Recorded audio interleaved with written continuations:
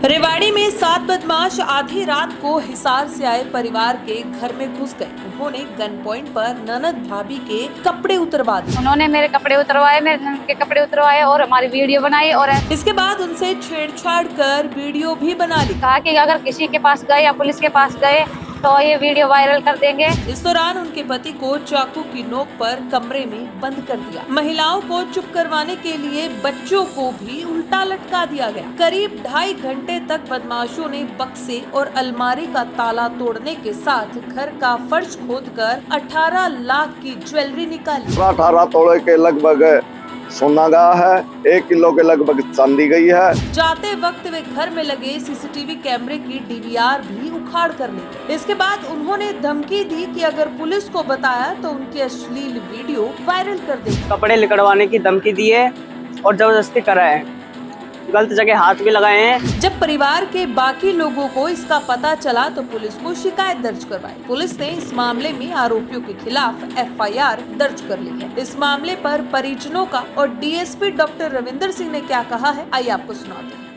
क्या पूरा मामला जो है तो उस दिन तुम्हारे साथ जो आए थे, क्या पूरी घटना हुई?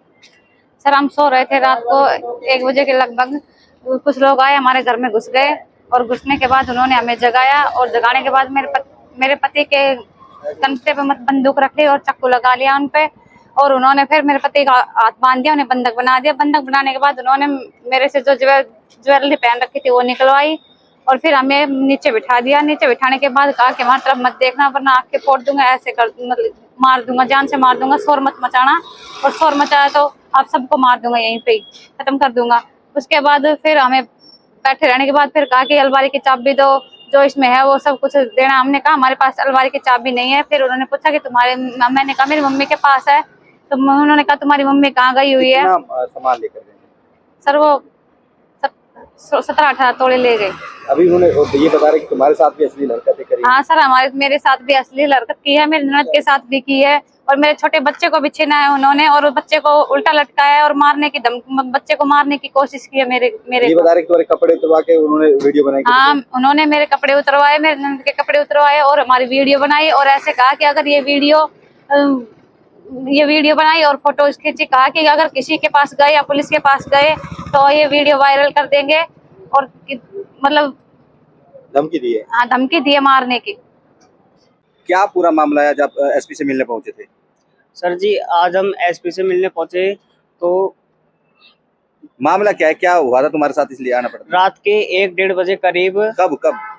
3 तारीख को 3 तारीख को रात को 1-1:30 करीब हम सो रहे थे और जब हम उठे तो वहाँ पर कम से कम 7-8 बंदे हमारे कमरे के अंदर मिले और हमने देखा कि उनके हाथों में हथियार, पिस्टल और चाकू, डंडे थे।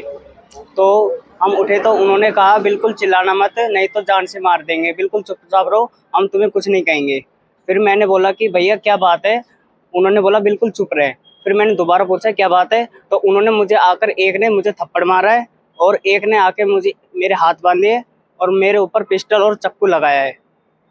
चाकू लगाने के बाद बोले कि अलमारी की चाबी वगैरह कहाँ पर है, इसमें तुम्हारे पास जो भी जेवरात है, कुछ भी है, कैसे, वो सब कुछ हमें हमारे हवाला कर दो।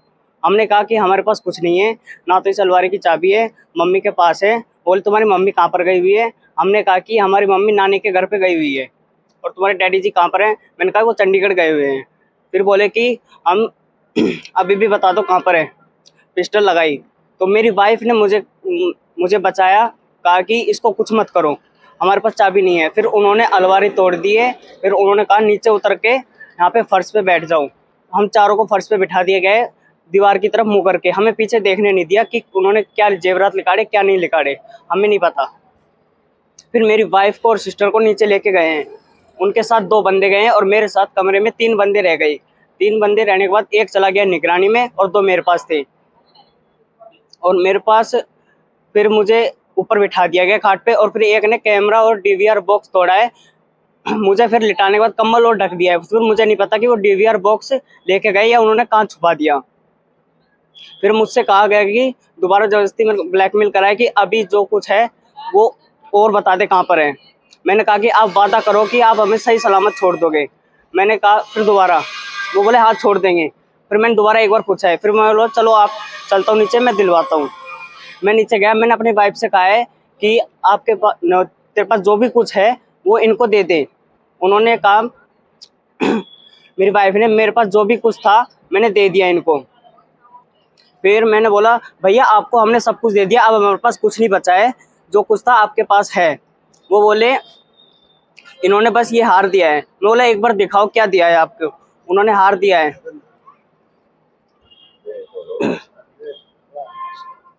उन्होंने फिर बोले कि ये ऐसे नहीं मानेंगे, मेरे ऊपर दोबारा चाकू और पिस्टल लगाइए माथे के ऊपर। बोला कि मार दो क्या, मार दो, 1 सेकंड लगेगी।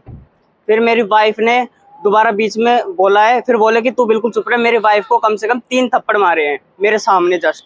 और फिर एक बार से हॉल में से आया मिर्च लेके, वाइफ को ऊपर आंखों में और कुछ गलत जगह डालने की धमकी भी दी है। फिर बोले कि इनको दोनों को, सिस्टर को और मेरी वाइफ को दूसरे कमरे में लेके चलो। उनको दूसरे कमरे में लेके गए हैं और वहाँ पर कुछ कपड़े लिकड़वाने की धमकी दी है और ज़बरदस्ती करा है। गलत जगह हाथ भी लगाए हैं और तलाशी भी करी है। और वहाँ पर उस कमरे में भी मिर्च डालने की इनके साथ ज़बरदस्ती करी गई है। वीडियो बनाने की बात कर रहे थे आप। हाँ जी, वीडियो भी बनाई है सर इनकी, अश्लील वीडियो बनाई है बिल्कुल, कपड़े उतरवा के दोनों की। अब आप एसपी से मिल गए, क्या आश्वासन दिया, कार्रवाई कोई एसपी से मिले तो उन्होंने, एसपी ने कहा, एसएचओ साहब ने, कि ये जो घटना हुई है घर के अंदर है, ये इसमें तुम्हारे बच्चों का ही हाथ है, जो भी कुछ किया है। हमारे ऊपर ही वापस आरोप डाला जा रहा है कि ये सब कुछ तुमने ही किया है, इनकी प्लानिंग है। ये आपकी जो वारदात हुई आपके परिवार में, तो क्या पूरा मामला है? और आज एसपी से मिलने आए थे, क्या अभी आश्वासन दिया? एसपी से इसलिए मिलने गए थे कि जी इस बच्चे को रोज बुलाते हैं और इसको रोज टॉर्चर करते हैं, इसे जबरदस्ती दबाव बनाते हैं, इसे बार बार बयान दिए जाते हैं, कहते हैं कि तू हर बार बयान बदल रहा है। अभी कोई गिरफ्तारी हुई इसके इसमें कोई गिरफ्तारी नहीं हुई है। कितना लूट, आप जैसे कह रहे हैं कि डकैती हुई, कितना सामान लेकर गए हैं, क्या हुआ था पूरा? 17-18 तोले के लगभग सोना गया है, 1 किलो के लगभग चांदी गई है। और इसमें इन्होंने बहुत बड़ी एक शर्मनाक हरकत की है।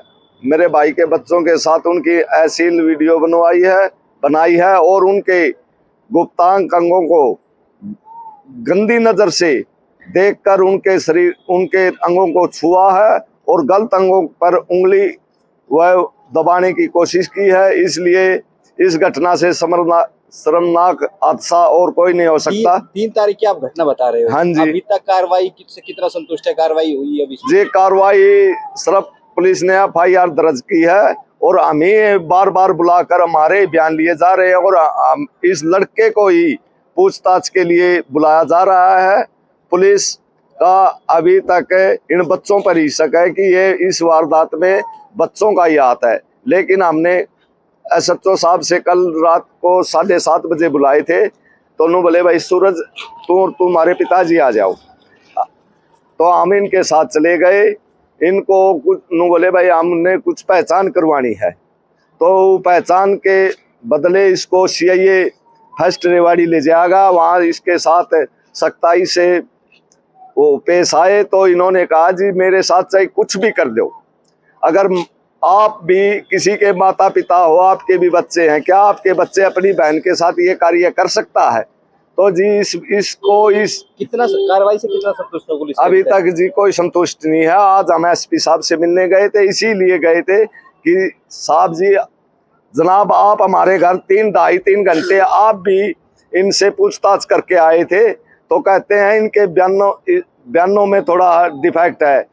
हम बोले जी जनाब अगर बार बार आप भी बयान दोगे तो उसमें कुछ तो डिफेंस आएगा, कुछ बातें भूल जाते हैं। क्या मांग करते हैं आप सरकार से? हम सरकार से कहते हैं कि इस डकैती और इस गंदी हरकत के लिए हमें इंसाफ मिलना चाहिए। हम SP साहब को कहते हैं कि आप हमने सुना है कि SP साहब बहुत अच्छे इंसान हैं, वह किसी का दबाव और नहीं मानते। हम SP साहब से यूँ कहते हैं हमें न्याय मिलना चाहिए। 3 अप्रैल को एक युवती जो कि चिल्लड़ के रहने वाली है, उसकी शिकायत हमें प्राप्त हुई, जिसमें कि उसने बताया था कि सुबह लगभग 1 बजे के करीब 7-8 युवक जो कि वो छत के ऊपर सो रहे थे, शिकायतकर्ता और उनके परिजन।